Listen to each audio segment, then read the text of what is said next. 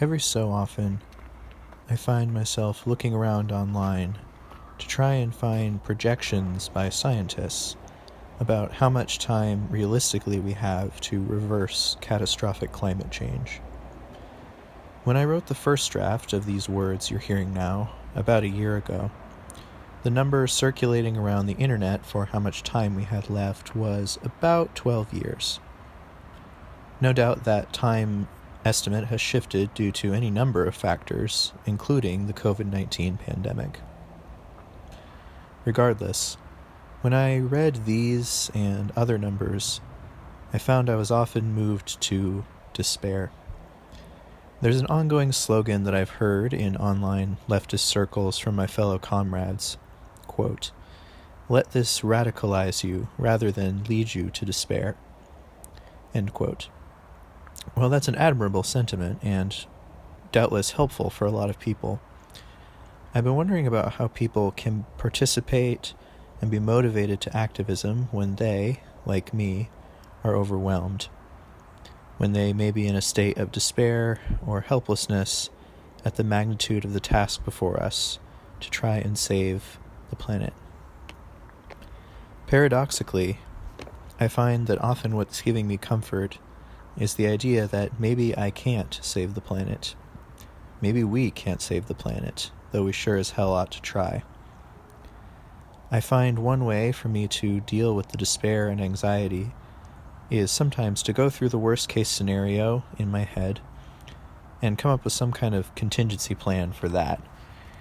I figure that way I'm prepared for all possibilities, and if things go better than the worst case, so much the better for me, so much the better for everyone. And yet, in this context, it's hard to know how to plan for that.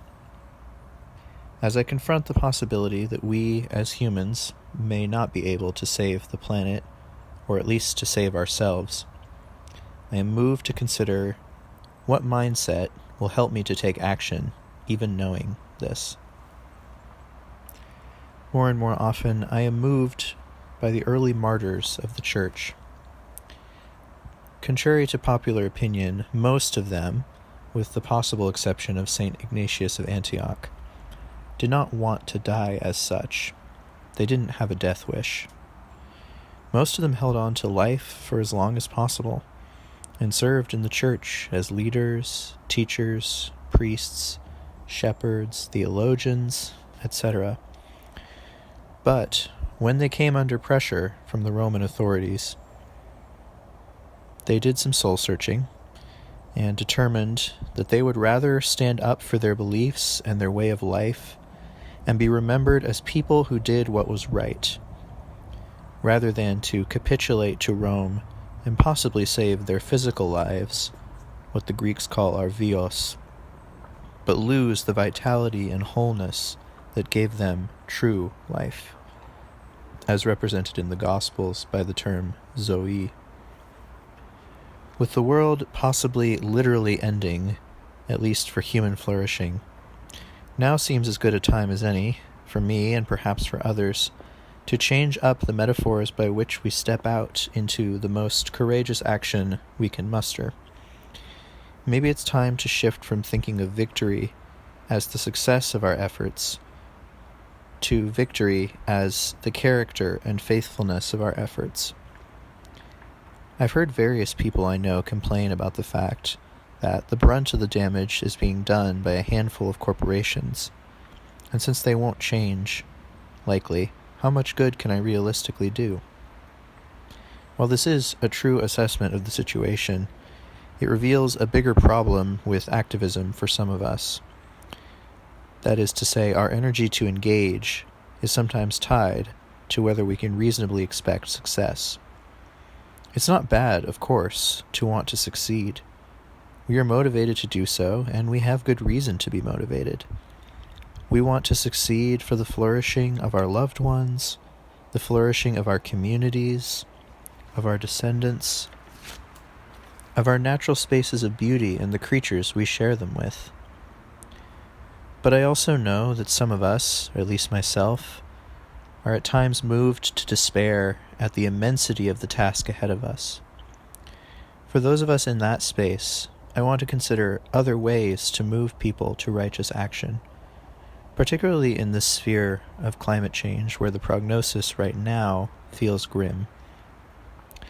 If we can mobilize, if we can stir each other to deeds of faithful action, maybe it will become less grim before we know it. I think about how the Greek word for martyr, martyria, literally means witness. In a secular context, it was used to refer to someone who was brought to testify as a witness in a court case. The Church later drew on this metaphor, and the word martyr came to mean someone who testifies to the truth of faith, someone who proclaims the truth of Christ by their actions, words, and character. Sometimes martyrs die, and sometimes they survive. In the early days of the faith, there were martyrs like Saint Photini, the Samaritan woman. After the events of the Gospel of John, tradition says that she preached the good news to the Samaritans, and then traveled to Rome. In Rome, she preached the good news to the emperor and his family. She was persecuted for her faith multiple times, thrown down a well, and thrown into jail. Unlike the pop culture idea of a martyr, where we often think of fanatical warriors or people with some kind of death wish, Saint Photini never sought to die, nor did she seek to harm anyone else. And she eventually died of old age in prison, singing praises to Christ until her last breath. She likely knew that she would not escape her situation, but she didn't despair. She kept praying, kept teaching, kept working for the vision of hope, the vision of beloved community and justice that Jesus had shown her all those years ago at the well. Over time, as Christianity became more widespread, the Church developed a category for martyrs who did not die in the course of sharing the good news. They came to be known as confessors, folks who suffered for the truth and the love they sought to share, but who ultimately survived their persecutions. Even in the term confessor, though, there is again this idea that the important thing about a saint is not their suffering in itself, but their unshaken faith in the truth of a better world coming, the kingdom of God, and all that it implies. When I think about what it means to do activism and advocacy, particularly for our planet, in these challenging times, I think a lot about confessors and martyrs. I find too often I let perfect activism be the enemy of good activism in my work. Let my fear of not fulfilling the task or not doing it perfectly sometimes keep me from doing anything meaningful at all. This may partly be a consequence of privilege. I am white, cisgender, and male, and while I am working class, I have access to resources and a degree of comfort and education that many others don't, which sometimes allows me to capitulate to the status quo more often than people who don't have these resources or access. If you're like me, or if you aren't like me, but nonetheless feel trapped or overwhelmed by the vastness of the tasks before us, I wonder whether we might find some encouragement in these ideals of martyrdom. The idea that what matters most is that, succeed or fail, we do everything we can to be on the right side of history. For those of us with religious faith, we also do everything we can in this paradigm to be on the right side of our spirituality. I find much more hope and resolve to engage with climate change activism and even other activism when I begin to think of myself as a martyr, in this case as an eco-martyr, someone who is called to witness to the harm that has been done to God's creation, the creation that God called good, and to do whatever I can to bring about healing. I may not live to see the ending, but in the end I feel that even if we as a species fail to save either the planet or humanity, I would rather know myself as a martyr, someone who witnessed to the truth of God and this world until my last breath.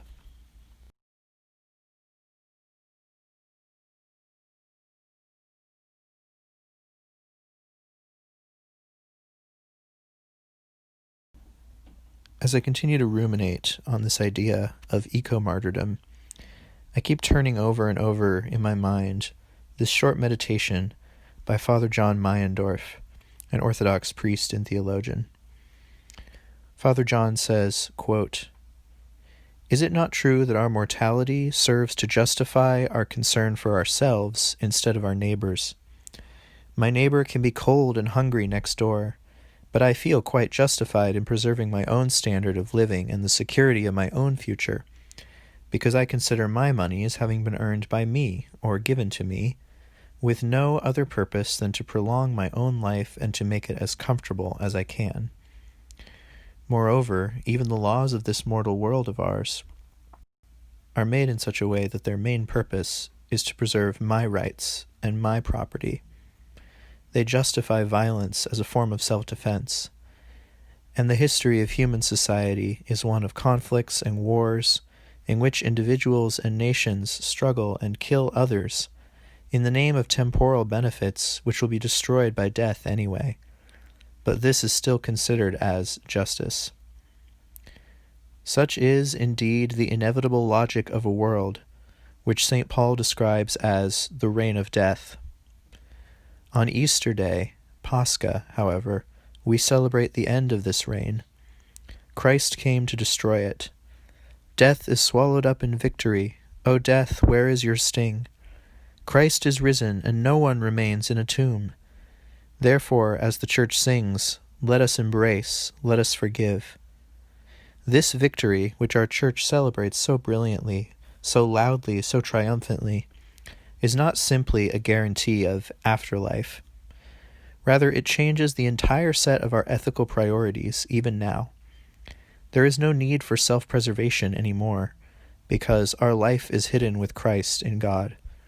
To love one's neighbors and to give them the last penny is better insurance than to store treasures upon earth. To lose one's soul is to save it." End quote. A while back, I read a post online giving a call to action for environmental activism to counteract the devastating effects of climate change. This post called specifically for direct actions and forcing governments to make changes. Again, the COVID pandemic has made direct action both more complicated and more necessary, and my original interaction with this content was before the world was the way it is now. Even back then, though, reading these calls to action, there were times when I felt, once again, that sense of despair. I still believe in the idea that I want to witness to the truth, that God's creation is infinitely valuable, and that we must work to heal and care for it. I want to witness to that truth, no matter what the cost. But I couldn't help but thinking that, as things get worse, it's going to be harder and harder to summon up the will and the comfort with discomfort necessary to do so. Some of us, myself included, are tempted at times to be overwhelmed and just try to look out for ourselves, because throwing our weight behind collective action and sacrificial acts for others is often exhausting and can be dangerous. Then I remembered this meditation, and I thought perhaps it could be of help. The question I asked back then, interacting with this content, was as follows. What if the current ecological crisis is really what will test our faith as Christians in the resurrection and in its ethical implications? In the days of COVID-19, one could ask a similar question about the pandemic. Christianity has been corrupted at times by many forces outside and inside the Church. Many of us have been taught to believe a lie that resurrection just means that our soul keeps living in a disembodied heaven when we die. We are encouraged not to worry about what will happen to this world because we will be preserved with Christ far away from this sinful earth. We will be raptured or simply die and go to heaven.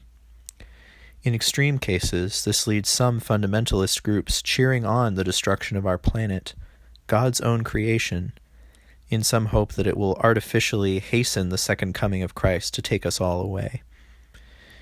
This is a fundamental misunderstanding of eschatology, of what we know as true about the last things, according to Christian teaching. It is also a fundamental misunderstanding of the resurrection itself.